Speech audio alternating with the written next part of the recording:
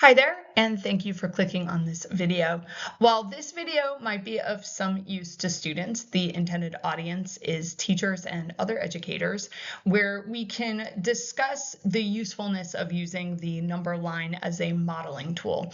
Now, this video is going to focus on adding and subtracting, and I want to include an application to upper level math where you can see how the tool is used later on in math education and why it might be worth emphasizing for your students.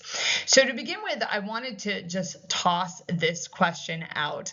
How were you taught operations with sign numbers? Now, if you're a math teacher, I hope, know what that means. If you're not a math teacher and you're watching this would be adding, subtracting, multiplying, and dividing with positive and negative numbers. So if you want to pause the video for a moment and just think, how were you taught to do this? And for many people, we were taught simply a list of rules. And many students today are simply taught this list of rules for how to operate with sign numbers. So here's what I mean by that. We're going to go through this list of rules. We'll put them all in one place. If you add two positives, the answer is positive. If you add two negatives, the answer is negative. If you add one of each, subtract instead and take the sign of the larger one, which may or may not make sense, because how do you argue that a negative number is larger than a positive number? That opens up another whole can of worms there. If you have subtraction, use keep, change, change, and then use the rules for adding. If you multiply or divide two positives, then the answer is positive. If you multiply or divide two negatives, the answer is still positive. And if you multiply or divide one of each, the answer is negative. Now, once we put all of these rules in one spot, I think it becomes pretty self-evident where if you don't have a model for making sense of these rules, they are going to get all scrambled up in students' heads. It doesn't make any sense. And I have had students ask me, I don't understand how. If I add two negatives, the answer is negative, but if I multiply two negatives, the answer is positive. And they can recite the rules and maybe they can give me a right answer, but they don't understand why any of it makes sense. And then, of course, we end up with all kinds of sign errors because students don't keep the rules straight. So without an appropriate model, students will inevitably confuse all of these rules. And if you are a math teacher and you have asked your class, hey, what is -8 plus 5? You will get some of the right answer, but you'll get a lot of -13. The kids will end up going in different directions because they are confusing the rules. They don't have anything to anchor those rules in. Now, to be fair, there are lots of great ways to help students visualize these operations.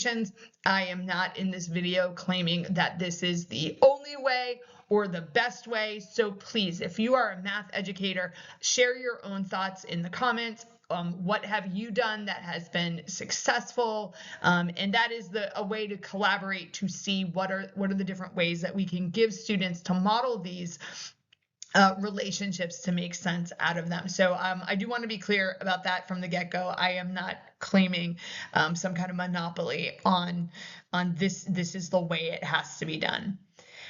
This video is going to focus on adding and subtracting. And while I think there is great value in changing subtraction to adding the opposite, I will use subtraction in this video in order to align with a broader audience. When I was in Algebra 1 back in the dark ages, my Algebra 1 teacher made us change all of our subtractions to adding a negative and really emphasize that.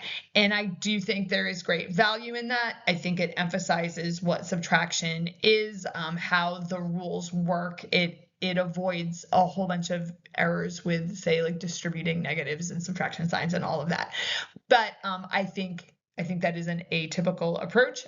So in this video, I am going to use subtraction with the exception of probably the very last example. So up here, I am going to draw a number line, and I have at times in my classroom, it is not the straightest line I've ever done, but it will work. I have had these printed out. One of the things that I have noticed is that a lot of number lines, if you go to try to look for number lines and to purchase them, they don't make them for upper level math, really. And so you get a lot of number lines that end at 0 or only have positive numbers or only go, down to like a -5 or something. And they're not particularly useful. Now, what I've got on the left there are just a whole bunch of examples. And what I'm going to do is work through these, showing how they are modeled on the number line. Now, take a moment and just look at the examples I have there. I have 6 of them, and they cover the spectrum. So think back to that slide I had that had all the rules. Like if you do this, then the answer is this. And just watch how the number line works. So first one, 4 + 1, which very few people would ever use a number line to do. But the way we do this is we start at the 4, and then adding means we are going to move towards the right. We're going to put in more ones. And so I'm going to count 1 to the right, and that puts me at the 5 on the number line. So starting at the 4 and adding 1. So again, I would not expect most students to use a number line for that. Now, here's how it looks for subtraction. So 4 minus 3, I again start at the 4, and subtraction means we are moving to the left. And so starting at the 4, I'm going to go left 1, 2, and 3. So I have gone left 3, and you can see that that puts me at the 1. Now, so far, so good. Those are both first grade level problems. Doesn't seem like we would want to bust out a number line for that. But now we get to more complicated things. So we have 4 minus 6. So we are out of first grade math. So now we start at the 4. And because subtraction means that we are moving to the left, I am now going to move left 6. So 1, 2, 3, 4, 5, 6. And we can see that that puts me at -2, which I think makes infinitely more sense than saying, oh, 1 of each, change the subtraction to adding a negative, and so it's a 4 and a -6, and then you're going to subtract them instead and just pull the sign from the 6. No, just we're at the 4, we're going to move left 6. Where does that put us? It puts us at the -2. Now we'll actually operate with the negative numbers inside. And so we have -3 + 7. So we'll be starting at the -3. And then adding 7 means I am going to the right 7 places. So 1, 2, 3, 4, 5, 6, 7. And that puts me at +4. And so you've got where am I starting? And then the adding and the subtracting just tells you which direction you are going to go. Now, as students do this, it is very likely that they are going to come up with their own shortcuts for doing this, because you certainly do not want to draw out number lines. And as soon as you are dealing with big negative numbers or positive numbers like -55, your number line is not going to, you're not going to count that out. However, once the model works, then it's not a big leap for most students to simply picture in their heads a bigger number line and which direction that they are going to be going in. So now we have -3 minus 2. So for this one, we are starting again at -3. But subtracting 2 means I am moving to the left. And this is where we often end up with students making sign errors. So they will say -3 minus 2, and a lot of students are going to answer -1 because what's going to stick in their head is the 3 minus 2, and then they'll take the sign of the larger. I am using air quotes, but you can't see them. And then you can see where, oh my word, those rules are just getting scrambled. But -3 move to the left 2 puts us at -5. And then the last one, we are starting at -5, and we are going to be adding 3. And so we start at -5. Adding means I move to the right.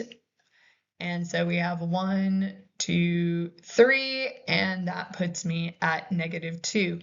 And again, those last two, those are the ones where even my upper level math students will start giving me wrong answers. They will say -5 + 3, and they will tell me -8. Because again, they will see 5 + 3, they'll get an 8, and then they will take the sign of the larger. And that is a telltale sign that they are incorrectly remembering a rule that they were taught. -5, move to the right 3. Where does that put you? -2. Now, where this can get messy is when you are dealing with the following. Where did my cursor go? There we go. So if you are subtracting a negative. Now, this is where I personally think that reinforcing subtraction is addition of the opposite is handy, but you could picture it this way, where you've got the two negatives. Now, by the time students are in upper level math, you can probably say, hey, when we subtract a negative, that is just a very messy way of saying we are adding, that is just a sloppy way of saying, it's not sloppy, but a complicated, unnecessarily complicated way of saying 3 + 2. Now, to visualize this, we know we're starting at the 3. Now, the subtraction we think of as we are going to move to the left, but then this negative also means left. You might think of it as reverse the direction. And so instead of moving left, we're going to move to the right. I know that that is a clunky explanation, but it's like you've got like reverse direction and then reverse direction again. So you're left, but then the other negative says, like go, nope, turn it around, put the brakes on it. So now, fortunately, those are not super, super common. They do come up a lot with transformations in upper level math, which is why adding a number makes something go left and subtracting makes it go right. And then students get all, that is for another like lesson. But there we go. Now, a couple things to notice about this. Notice how this model works for all cases. There is no need to memorize 4 different rules. And if you want to go back to the early part of this video, where it's like, if it's 2 positives, the answer is positive. If it's 2 negatives, like all of that gets taken care of with one model. If students picture adding and subtracting as moving on an open number line, they will land in the right spot.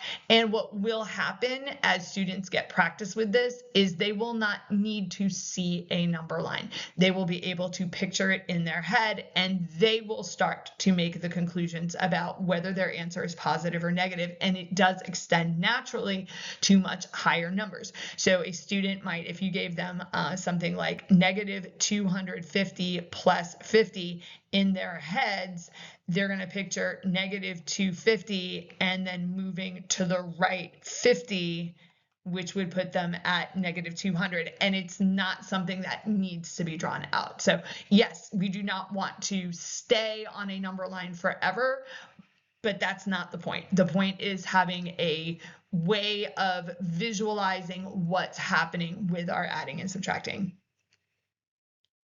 So how does this benefit students at higher levels? So I've got an example here. This is a polynomial division problem.